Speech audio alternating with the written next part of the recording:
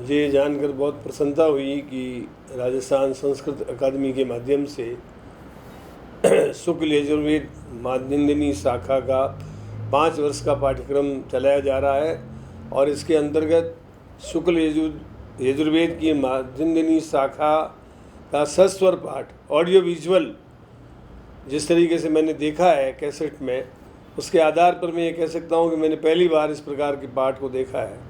वेद हमारी प्राचीन संस्कृति के प्रमुख अंग है। वेद जो है ब्रह्मा जी के द्वारा कहे हुए हैं और ये गुरु परंपरा से, गुरु से शिष्य में, फिर शिष्य से उसके शिष्य में आते हैं और इसका सस्वर पाठ जो है बहुत महत्वपूर्ण होता है।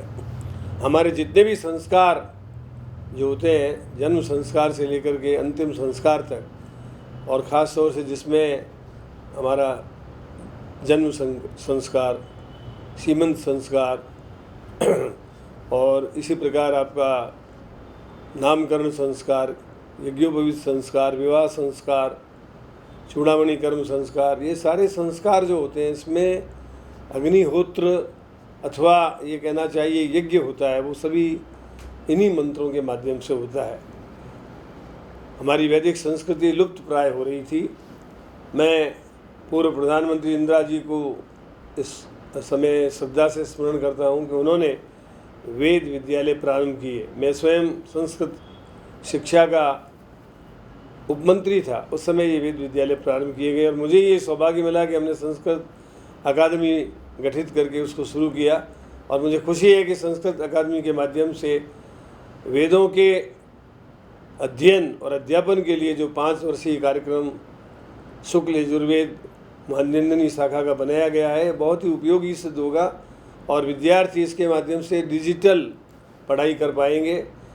आम आदमी भी वेदों का सांगोपांग अध्ययन इसके माध्यम से कर सकेंगे, सीख सकेंगे।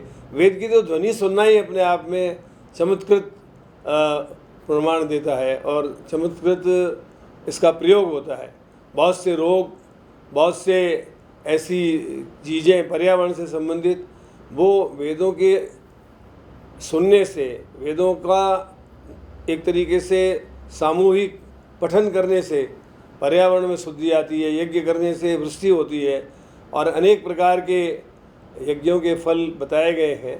आइए हम इस कार्यक्रम को अधिक से अधिक विद्यार्थियों में, ख़ास तौर से जो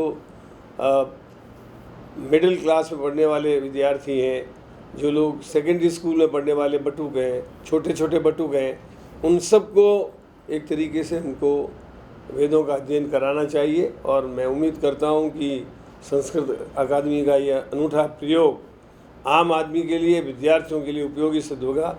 मेरी अनेक अनेक शुभकामनाएं। वेद 4 हैं: ऋग्वेद, यजुर्वेद, सामवेद तथा अथर्ववेद।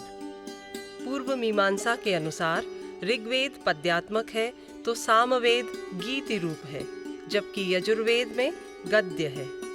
इनमें यजुर्वेद का कर्मकांड में विशेष महत्व है, क्योंकि सारी गति अर्थात कर्म का यजुष से ही संबंध है।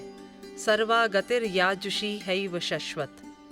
गति की परिपूरक स्थिति है, अर्थात कर्म का परिपूरक ज्ञान है। इसलिए यजुर्वेद के अंतिम अध्याय में गति और स्थिति के बीच समन्वय की बात की गई है। तदेजति तन्नैजति। वस्तुतः यह अर्थ यजुष शब्द में ही निहित है, क्योंकि यह शब्द यत तथा जू से मिलकर बना है। यत अर्थात गति, जू अर्थात स्थिति। जू का अर्थ है आकाश। आकाश स्थिति का सूचक है। यत उसमें गति अर्थात वायु है।